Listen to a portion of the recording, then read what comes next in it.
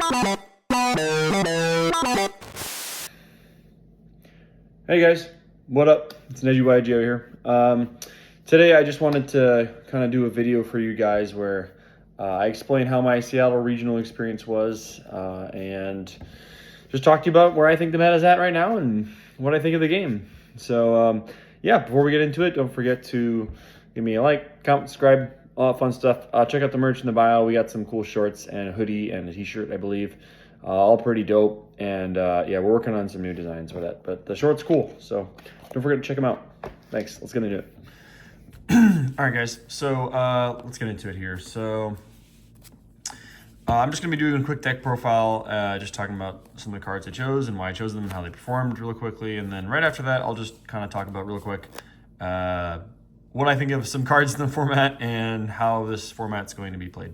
So, I guess also before I get into it too quickly, I have some other cards to throw in, which were also performing well. Yeah. All right. So we'll include these two. First off, let's just start with the obvious / basic. We're playing the three Fiendsmith cards, mainly because they're good, right? Paradise was good. I ended up siding this out a lot going second, even though you can throw it down going second with Lacrima, but I just decided I'd rather see like a Charmy versus Paradise. So this kept getting sided out. Sanct kept getting sided out. Both of these were side out cards, mainly because I didn't want to just start with Sanct and it'd be a wasted card because they're probably removing the token anyways. But most time I did keep Tract in. Tract was really good.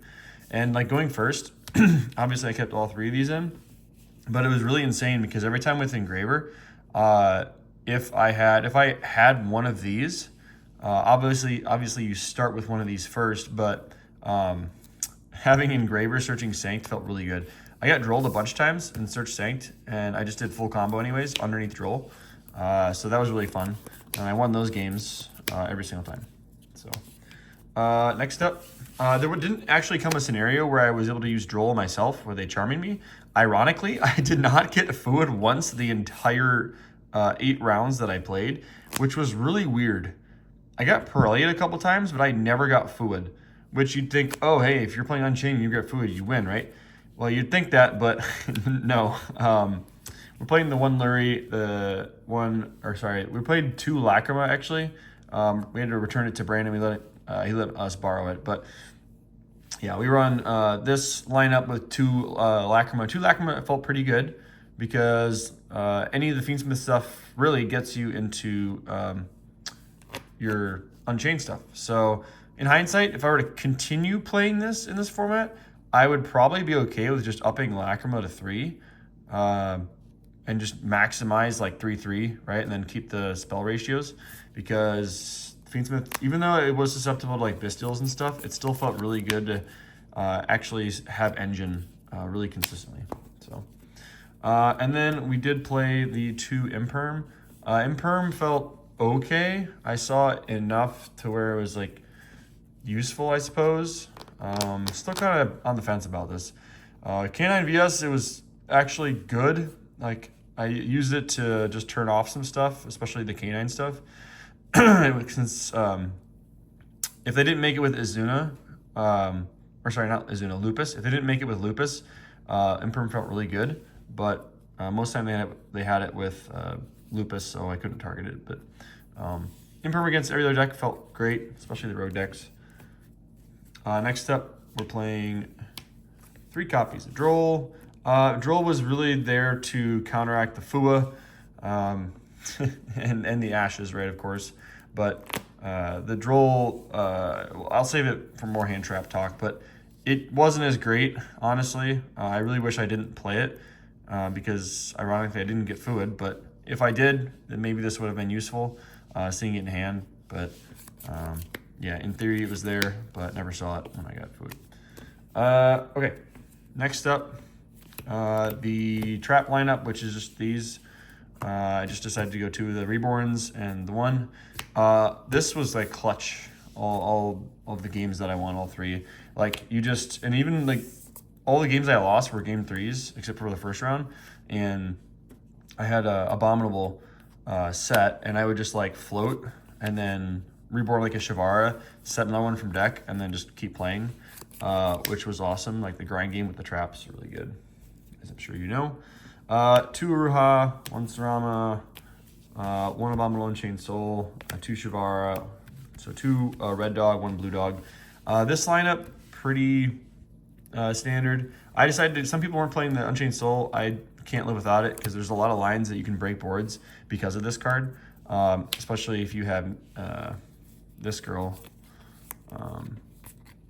Buyo. If you have Buyo in hand, plus like a Sarama, but you can't break the board, you can do a lot of stuff in damage depth because this card just says whenever this card is sent to graveyard, you can trigger it to add. So they can't ash your add in damage step off of this. So it's kind of crazy interaction, right? Like, for example, if I start with Sarama or a normal Ruha or whatever, I crash into their board, and the damage step, special him out, on summon, send Buyo, pop a card, search with Buyo. Like, it's crazy. I did that once, the tournament. It only came up once, but like the interaction is there. And then obviously Buyo, certain Mutiny. Mutiny is crazy. And besides that package, which performed pretty well, I don't think Shivara at 3 would have made a huge difference. We are playing the triple package of the Unchained Abomination cards. Abomination's Prison. Abomination's Prison is crazy. Like, I saw this card enough, which was great, but the frustrating part about this, it isn't a one card starter. Like, it's great when you see this in combination with another Unchained card. What's really great is if you see this, an Unchained card, and a Fiendsmith card. Then you know you're cooking. But that specific scenario only happened enough to win me 3 games, unfortunately. Like every game I didn't see, essentially what happened was every game I didn't see Abomination's Prison plus literally any Unchained name, and Fiendsmith, like that three combo of cards, I was at a big disadvantage. So unfortunate, but that's just the way the cookie crumbles. And then also in the main deck, I'm just re-sleeving some stuff at the moment. So we did play 3 Thrust, we did play 1 Talents, and 1 Call By. Quick thing about this, the most busted package in the game right now. Konami, if you are watching this, ban these cards. They are broken. I think we all have a personal beef with them. Everyone gets sacked by these cards. They are too good. Like, if you are consistently winning games, not matches, games because of these cards, when you see them, they need to be gone. Like, I'm playing it because it is broken. I'm not denying that. Like, I'm not being hypocritical because I am playing it because it's busted, right? Like, you win games with them, right? So why wouldn't you play them? But I think the game would just be much better off if you just ban these. And then Thrust has much more use just for like engine cards, you know, such as this, or just board breakers like evenly.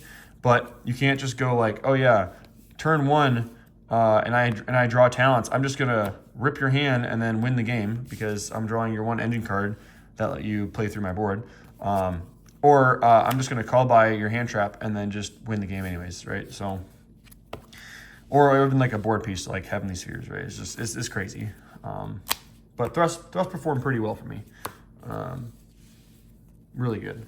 And then we did main these 3. These 3 are like the heart and soul of the format. You need to be playing all 9, I feel like, in whatever deck you're choosing. For the most part, within reason, obviously. If it doesn't make sense for your deck, don't play all 9. But I think Ash is like always going to be mandatory. I don't think you can ever not play Ash just because it's just good in everything. Everything interacts with your deck, right? So like, I don't think you're ever going to be throwing Ashes away. And then Paralia, obviously great into Yummy if they don't have the triple E-Telly from deck. I forget the name of it.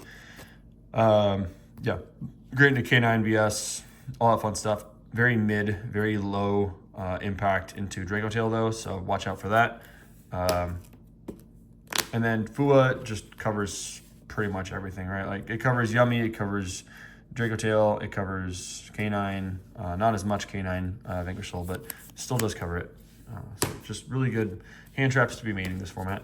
And then the extra deck, I played Moon, Sequence, 2 Yama, 1 Anguish, 1 A-Bomb. I'll talk about the A-Bomb thing in a second.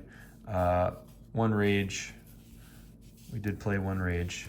1 A-Bow, 1 Desiree, 1 High King Caesar, Necrocrypt, Luce, Aerial Eater, and the Requiem, which I'm missing because I also had to return that, or I sold it, sorry. So quick thing I wanted to say about these two is I was deciding whether to like play an out for Lunalight. I decided I wasn't that scared for it, and I would just play this to like have better combo pieces on the end board. I only made it twice, and that was when I was already winning, so it did feel a little win-more-ish. I wish I'd maybe put something else besides A-Bow in. I don't know what I would have put in. Maybe another fusion target. That would have been nice, I think. There was a case where I was running out of fusion targets, or I didn't have any with Mutiny, so maybe like just two generic Fiends or something. I don't know. Yeah, so that's that. And also, obviously, playing the SP in there. Can't forget about that. The side deck was also interesting. So this is the reason why I decided to go with A-Bow, mainly because Santa Claus, you can just search it with Tract, which is nice. So if there ever in our format, like if Lunalight ever gets really strong in or something, and you need something out it, you can always just play Fiendsmith and out it with Santa Claus. And then to pair with Santa Claus, I did pair it with the 2 Droplet. Weirdly enough, I didn't see Droplet the entire tournament. Like I was sighting it in going second, like when I thought it would help, but didn't see it. So it didn't really, no report on Droplet. The 3 Book of Eclipse, I did see. I did see 3 Book of Eclipse actually a couple times, and it was very useful every time it came up. Stop turns. Didn't use it really I didn't get a chance to break boards with it because a lot of times the decks that I was using to break boards were like fusion summoning, or I didn't see it against the decks I sided in that was going to be useful. So, you know, it was very useful when it came up though, especially against Yummy. And then 3 Meows, just broken against Yummy, right? And like in case Malice popped up. And speaking of Malice, you know, you have to respect it in this format. You can't not respect it. You know, you have to play your Lancias. Also stops call by, funny enough. There's that. And then we did play 2 Bell and 2 Crow. We actually ended up playing 1 Crow in the main, just for like siding pattern ease. And I think in the future, both of these are going to be mained because this stops call by and like any banishing effects such as even DD Crow. And then DD Crow stops the Lupus from playing, like cuts off the entire Lupus line for K9, especially if they're using it in the your turn. So I think Crow is just insane. Also in the Yummy matchup, this hits the Yummy Synchros. Crow hits one of them. Like you could hit the Link one if you really wanted to, but Crow is more useful against K9. It's also quite useful against Draco Tail, especially if they're not having, like, Bell is very niche against Draco Tail. It's not great.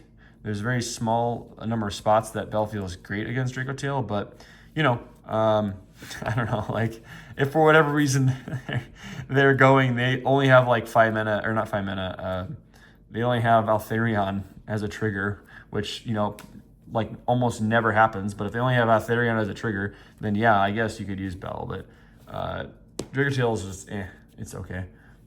You can use it on the traps though. I will say this. You can use it on the traps because it does bottom deck 1 from grave. So like if you have Bell and you're in Straight Tail, same for the trap because you can Bell and Ash the trap. And then yeah, 2 Crow for the similar reasons. And yeah, that was kind of it for the side and main deck, guys. Getting on to like where the format's at, I wanted to revisit this, right? These two, right? So my match losses were because my opponent had one of these 3 cards, right? These 3 cards are ruining what should be a great format, in my opinion. Like this is good interactive decks that are playing well. Yeah, they're really good, but there's a lot of possibility for a lot of decks. I think that just having these cards in the format just sucks, right? Like having your opponent resolve tactics on you and then getting rid of the one card that you have, or like baiting out everything until you have one interaction left and then you not being able to do anything about it, it just sucks, right? Like, I don't know. It just sucks having a generic talents thing in game, and then Thrust being able to search it is just broken, right? Thrust is fine, I feel like. It's whatever, right? Thrust can search or set.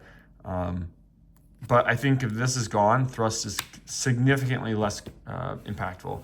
And then same goes for like call by. I think if call by goes, like going second becomes that much better, and you don't have to worry about the sacky ass card not fucking, you know, killing you when you're going second already. Because if you get called by, I'm pretty sure you just like scoop most of the time. So especially if they like you have a lot of engine and you use your Ash and they call by it and then they go tactics, rip from your hand again, it just feels so bad for you. Like you're losing, you're going full combo and you're losing 2 cards of essentially their choice, right? Yeah, it's bad. They need to fix that. But it's whatever. It's the format. So what else was I going to say? Oh yeah. What's to come, I guess. Upcoming is Vancouver. YCS Vancouver. I'm looking forward to playing a specific deck that I may or may not share with you guys. Just kidding. It's going to be a spicy deck. It'll be Draco Tail. So a lot of fun. I know a lot of people have been having a lot of fun with this deck lately, and I can see why. I've run through a couple hands myself, and it's, you know, it's gotten results. It's going to be a really fun deck to mess around with. So yeah, hope you guys enjoyed the video, and let me know what your comments and everything about the meta in the comments below, and catch you next time. Edgy out.